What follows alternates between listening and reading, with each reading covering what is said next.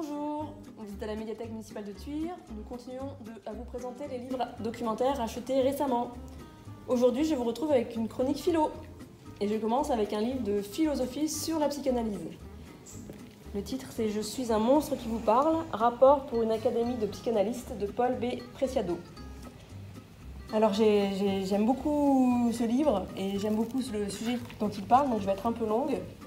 Donc nous sommes le 17 novembre 2019, 3500 psychanalystes sont réunis à Paris à l'école de la cause freudienne sur le thème « Femmes en psychanalyse ». Ils invitent Paul B. Preciado, un homme transgenre, philosophe, militant pour la liberté de genre.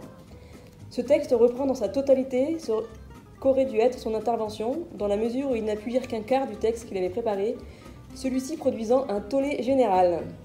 Pour lui, la psychanalyse est face à un choix historique sans précédent. Soit elle continue à travailler avec l'ancienne épistémologie et légitime de facto le régime patriarco-colonial qui la soutient, devenant ainsi responsable des violences qu'elle produit, soit elle s'ouvre à un processus de critique de ses discours et de ses pratiques. Continuer à pratiquer la psychanalyse en utilisant la notion de différence sexuelle avec des instruments cliniques comme le complexe d'Oedipe est aussi aberrant que de prétendre la Terre plate. Donc ça, je le cite.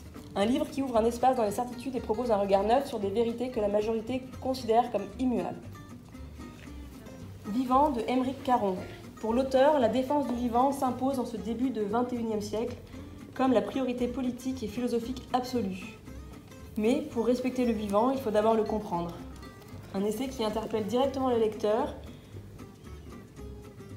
et qui est une réflexion sur la vie, jusqu'à quel point elle doit et peut être protégée. Autre livre sur le même thème à peu près, Manière d'être vivant, enquête sur la vie à travers nous, de Baptiste Morisot.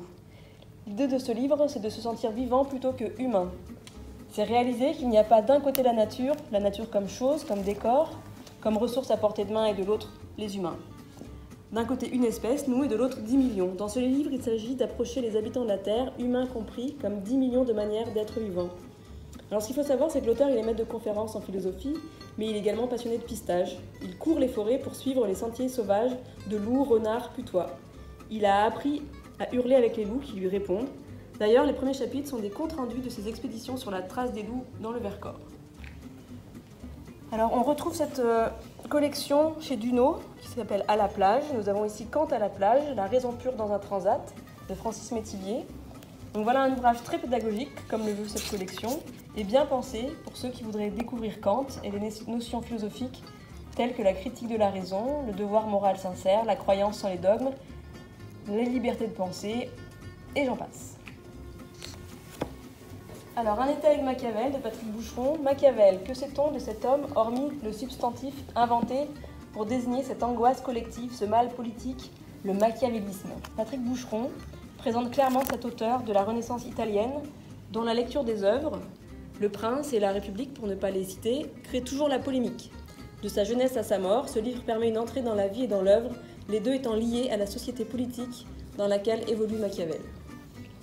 Je termine avec ce titre, Le bonheur, sa dent douce à la mort, de Barbara Cassin. C'est une autobiographie philosophique, construite autour de phrases qui l'ont marquée, et dans laquelle les anecdotes les plus banales, a priori, mènent à la réflexion profonde et philosophique. Ce récit se lit comme un roman, époustouflant. Pour ses nombreux lecteurs, c'est un livre qui fait du bien à l'âme et au cœur. Vous avez de la chance, il est à la médiathèque, où vous pouvez venir l'emprunter, comme tous les livres de cette chronique. Vous pouvez également les réserver par mail ou par téléphone. À très bientôt.